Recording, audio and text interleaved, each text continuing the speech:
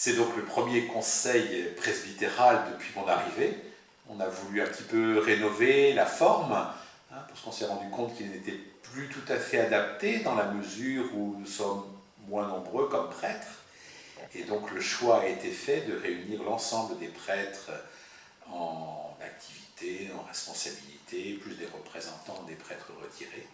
Donc c'est ce que nous avons fait cette fois-ci, avec le vote de nouveaux statuts qui règlent un petit peu la composition de ce conseil, et nous avons d'emblée commencé à travailler.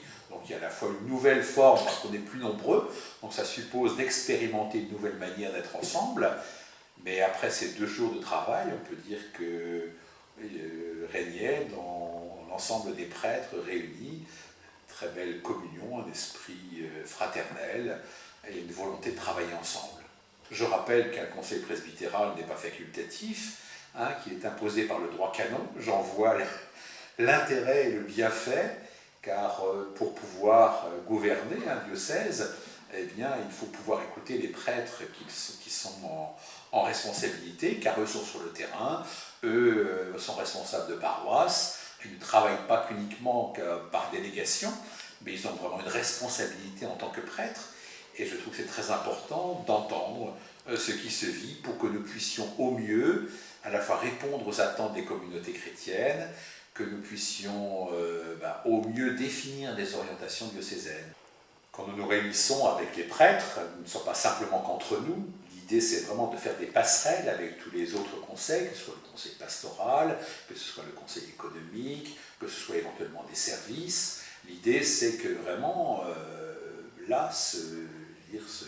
on mette sur la table les principaux éléments qui vont nous permettre de dégager des orientations. Mais c'est vraiment un travail ensemble. Le conseil presbytéral n'est pas un travail qui se fait uniquement entre prêtres, mais qui accueille aussi d'autres réalités, la réalité des services, la réalité de toutes les réalités du diocèse.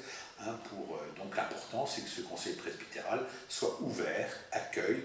Nous veillons à ces articulations entre les réalités du diocèse.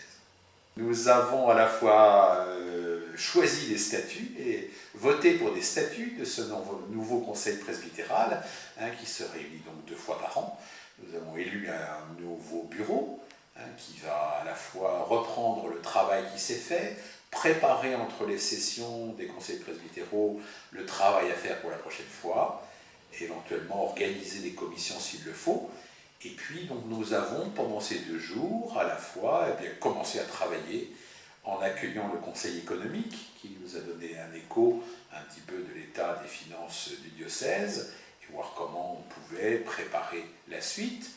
Et on a eu un très bon temps de partage également sur tout ce qui est à préparer pour la suite, sachant que comment être présent partout au niveau ecclésial sur le territoire charentais, comment animer les communautés chrétiennes quand les prêtres ne peuvent pas être partout. Là, il y a des vraies questions de fond qui se posent. Comment travailler au mieux, prêtres et laïcs ensemble, voilà. Et donc, c'est ce que nous allons faire lors de la prochaine session. Il y a des événements qui vont pouvoir aussi nous permettre d'approfondir le sujet, comme une retraite que nous allons faire prêtres et laïcs ensemble. Et puis nous avons également un petit peu réfléchi avec les habitants de la maison diocésaine, du 226 rue de Bordeaux, à la fois les vieux prêtres, mais aussi tous les services et ceux qui habitent dans cette maison, savoir quelle est l'âme que nous devons donner à cette maison. Convient-il de la garder en l'état ou faut-il la faire des aménagements?